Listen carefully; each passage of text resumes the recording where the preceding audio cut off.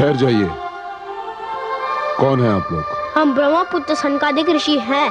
मेरा नाम सत है। यह है सनंदन, सनत और शौनक। प्रभु अभी विश्राम कर रहे हैं। ईश्वर और विश्राम? ईश्वर का भी विश्राम नहीं करते।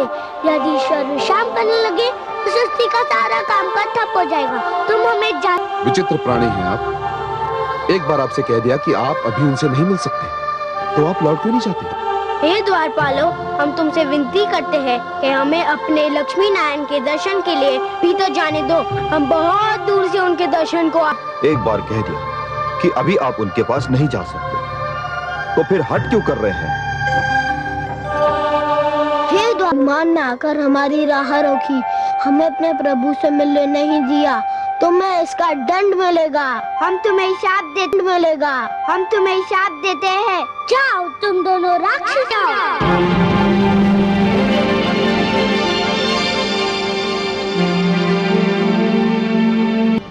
विष्णु लोक में आपका स्वागत है। हे प्रभु, इन ऋषियों ने हमें श्राप दे दिया। हम तो केवल अपने कर्तव्य का पालन कर रहे थे प्रभु। कर्तव्य पालन? कर्तव्य पालन का अर्थ यह तो नहीं कि आप मेरे और मेरे भक्तों के बीच दीवार बन जाएं। आप दोनों से घोर अपराध हुआ है और इस अपराध का दंड तो मिलना ही था। हे जय, हे विजय, जिस प्रकार वृक्ष और उसकी जड़ का नाता कोई नहीं तोड़ सकता, उसी प्रकार मेरे और मेरे दर्शनाभिलाषी के बीच कोई नहीं आ सकता। मेरे दर्शनार्थी मेरी संपत्ति हैं जय, और स्वयं मैं उनकी संपत्ति हूं। हम दोनों का एक दूसरे पर समान अधिकार है। जब भी कोई ईश्वर और भक्त के बीच आने का प्रयास करेगा, किसी न किसी रूप में अवश्य दंड पाएगा।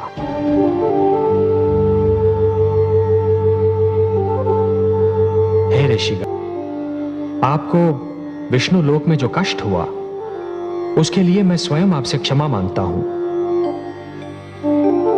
हम धन्य हो गए प्रभु, आपके दर्शन हुए, हमारा जीवन सफल हो गया। हमारे जीवन का तो एक ही उद्देश्य है, आपकी आराधना और उपासना। आपको देखा तो हमारे नेत्रों की तृप्ति हो गई। प्रभु, उनसे कहिए कि मैं क्षमा कर दें।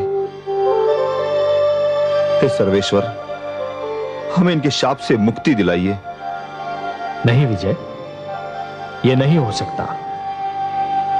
ऋषि का शाप धनुष से निकला हुआ बाण होता है। उसे न रोका जा सकता है और ना ही वो लौट सकता है। हे ऋषिगण, मैं आपसे यह तो नहीं कह सकता कि आप इन दोनों को अपने श्राप से